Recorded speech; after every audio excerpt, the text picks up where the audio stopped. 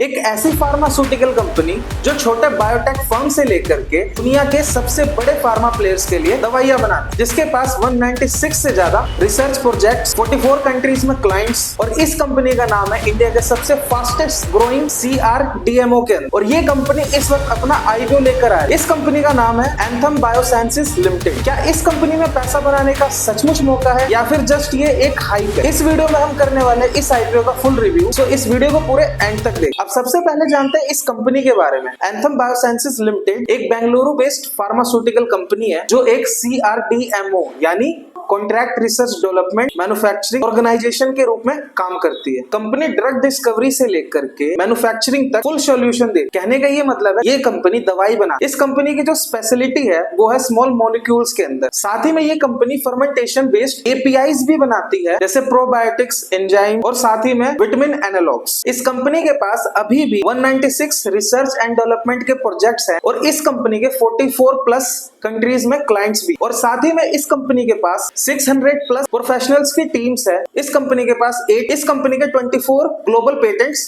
Pending है। यानी कहीं ना कहीं ये जो कंपनी अपने रिसर्च एंड डेवलपमेंट के अंदर काफी ज्यादा माहिर है। इस कंपनी ने अपने रिसर्च एंड डेवलपमेंट के अंदर काफी ज्यादा महारत हासिल कर रखी है। चलिए सबसे पहले इस IPO के टाइमलाइंस के बारे में जान लेते हैं। तो आप स्क्रीन पर देख सकते हैं इस कंपनी की जो IPO की डेट है 14 जुलाई से लेकर के 16 जुलाई तक की रहने वाली है। साथ ही में जो इसका अलॉटमेंट होना है वो 17 जुलाई को होना है। रही बात इसके अलॉटमेंट की, तो जो इसका अलॉटमेंट का रिजल्ट आना है वो KFinTech के साइट पे आना है, जिसका मैं आपको लिंक डिस्क्रिप्शन में दे दूंगा। इसी के साथ अगर किसी पर्सन को इसके IPO नहीं मिलते हैं, उसका जो रिफंड है वो 18 जुलाई को इनिशिएट कर दिया जाएगा। बात करेंगे इस कंपनी के लिस्टिंग की, तो इस कंपनी की जो लिस्टिंग है 21 जुलाई को सुबह 10 बजे हो जाएगी। इस कंपनी के शेयर्स आप 21 जुलाई को सुबह 10 बजे बाय और सेल कर सकते हैं। इस कंपनी के IPO के इंपॉर्टेंट डिटेल्स के बारे में जान लेते हैं। तो आप देख सकते हैं इस कंपनी का जो प्राइस बैंड होने वाला है वो 540 रुपए से लेकर के 570 तक का रहने वाला है। इसी के साथ इसके एक लॉट के अंदर 26 शेयर्स रहने वाले हैं। बात करेंगे इस कंपनी के IPO के इश्यू साइज की। इस IPO का जो इश्यू साइज है वो 3,395 करोड़ का देखने को मिल रहा है और ये सारा का सारा ऑफर फॉर सेल है। और अगर कोई इस कंपनी का एम्प्लॉय इस IPO के अंदर अप्लाई करना चाहता है, उसको अलग से 50 रुपीज का डिस्काउंट देखने को मिल रहा है यहाँ। इसी के साथ जो ये कंपनी है इसकी लिस्टिंग BSE प्लस NSE ये दोनों पर लिस्ट होगा। इसी के साथ हम रिटेल प्लस HNI कैटेगरीज के बारे में जान लेते हैं। तो आप देख सकते हैं स्क्रीन पर रिटेल कैटेगरी एक लॉट मिनिमम अप्लाई कर सकता है, जिसके अंदर 26 शेयर्स रहने वाले हैं और इसकी जो अमाउंट है वो 14,820 यानी 14,820 रुपए में एक लॉट इसका अप्लाई होगा। इसी के साथ रिटेल मैक्स कितना कर सकता है अप्लाई? 13 लॉट अप्लाई कर सकता है। Small HNI 14 lot minimum apply कर सकता है, जिसकी अमाउंट 2,07,000 के आसपास रहने वाली है। और जो बिग HNI है वो 68 लॉट मैक्स अप्लाई कर सकता है और जिसकी जो अमाउंट है 10,07,000 रुपए के आसपास रहने वाली। ये तो हमने जान लिया कंपनी के इंपॉर्टेंट डिटेल्स के बारे में। इसी के साथ इस कंपनी के अब हम फाइनेंशियल्स के बारे में जान। आप स्क्रीन पर देख सकते हैं कंपनी के जो फाइनेंशियल्स है ये साल दर साल के यहाँ पर शो किए। बात करूं मैं इसके फिगर्स की, तो ये सारे करोड़ में देखने को मिल रहा है। अब सबसे पहले हम बात करते हैं इस कंपनी के असेट्स की। तो जो इसके असेट्स है 2023 में 2,014 करोड़, 2024 में 2,398 करोड़ और 2025 में 2,807 करोड़। यानी जो कंपनी के असेट्स हैं, यानी कंपनी ने अपने कारोबार से काफी सारा कुछ खरीदा है अपनी कंपनी के लिए। अब ये जो है इंक्रीजिंग ऑर्डर में देखने को मिल रहा है, यानी कहीं ना कहीं सही है। कंपनी ने अच्छा खासा पैसा अपनी कंपनी के ऊपर, कंपनी के असेट्स के अंदर लगाया है। इसी के साथ अब हम बात करते हैं कंपनी के रेवेन्यूज की, यानी कंपनी ने कारोबार से कितना पैसा जनरेट किया है। तो 2023 में कंपनी ने 1,133 करोड़, 2024 में 1,483 करोड़ और 2025 में 1,930 करोड़। यानी जो कंपनी के रेवेन्यूज है काफी शानदार दिख रहे हैं यहाँ पर। इसी के साथ अब हम बात करते हैं कंपनी के प्रॉफिट आफ्टर टैक्स, यानी सारा एक्सपेंडिचर करने के बाद कंपनी ने कितना अर्न किया, यानी कंपनी ने कितना प्रॉफिट किया है। तो 2023 के अंदर कंपनी ने 385 करोड़ रुपीस का प्रॉफिट किया, 2024 में 367 करोड़ का और 2025 के अंदर कंपनी ने 451 करोड़ रुपीस का प्रॉफिट। कंपनी के साल दर साल के प्रॉफिट के अंदर अच्छी खासी यहाँ पर तेजी देखने को मिल रही है। कंपनी ने अपने प्रॉफिट्स को अच्छा खासा यहाँ पर ग्रो। इसी के साथ अगर हम बात करेंगे इसके नेटवर्थ की, तो 2023 में 1740 करोड़, 1924 करोड़ और 2025 में 2409 करोड़। कंपनी की जो नेटवर्थ है ये भी यहाँ पर इंक्रीजिंग ऑर्डर में देखने को मिल रहा है, जो कि सही है। इसी के साथ हम बात करेंगे कंपनी के रिजर्व एंड सरप्लस। किसी को अगर नहीं पता रिजर्व एंड सरप्लस क्या होता है तो मैं उसको बता देना चाहता हूँ।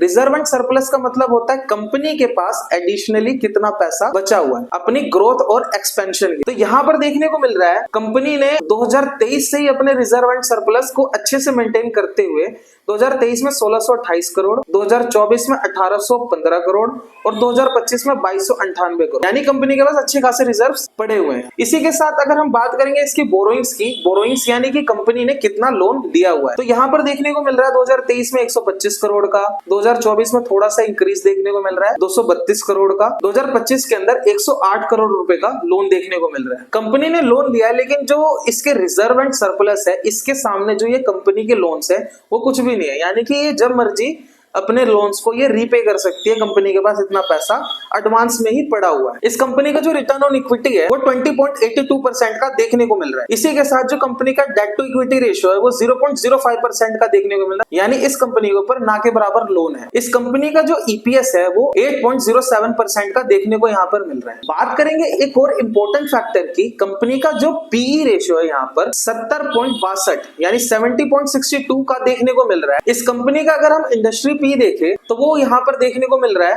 30.29। और बात करें हम इस कंपनी का जो पी रेशियो है वो कहीं ना कहीं हमें देखने को मिल रहा है 70.62 का। कहीं ना कहीं कंपनी की जो वैल्यूएशन है वो काफी ज्यादा हाई देखने को मिल रही है, यानी कंपनी अपने प्रीमियम प्राइस पे चल रही है अकॉर्डिंग टू पी रेशियो। बात करेंगे इसके दो इंपॉर्टेंट कंसेप्ट की। इस कंपनी के जो प्रॉफिट मार्जिन है, इस कंपनी के जो रेवेन्यूज है मार्च 2024 से लेकर के मार्च 2025 तक 30% से ईयर ऑन ईयर इंक्रीज हुए।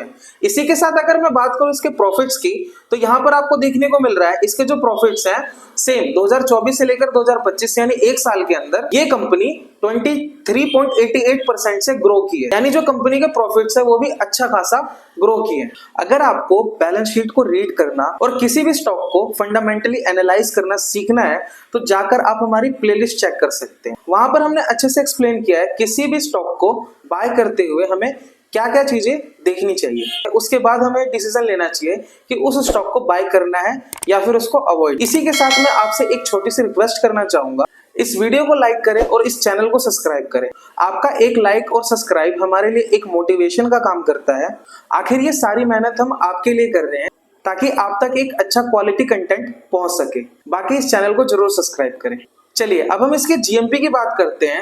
तो इस वक्त जो कंपनी का जो जीएमपी है यहाँ पर 82 रुपीज का देखने को मिल रहा है।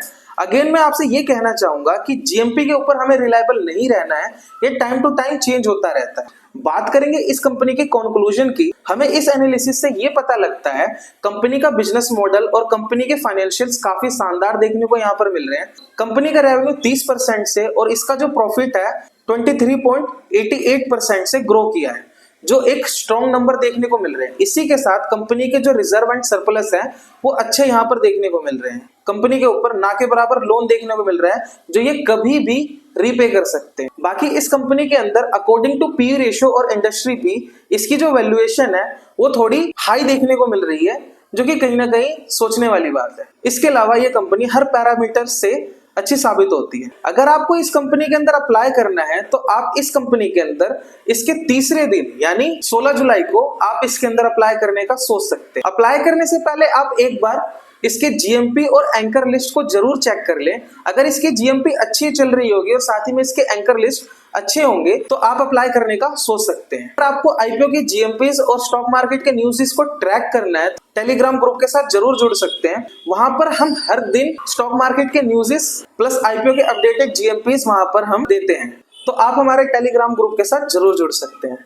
लिंक आपको इसका डिस्क्रिप्शन में मिल जाएगा। इसी के साथ इस वीडियो को यहाँ तक देखने के लिए आपका बहुत बहुत धन्यवाद। अगर आपको ये वीडियो अच्छी लगती है और हमारे एनालिसिस ऐसे अच्छे लगते हैं तो आप अपने वैल्यूएबल कमेंट्स जरूर कर सकते हैं। इसी के साथ इस वीडियो को लाइक करिए, चैनल को सब्सक्राइब करिए।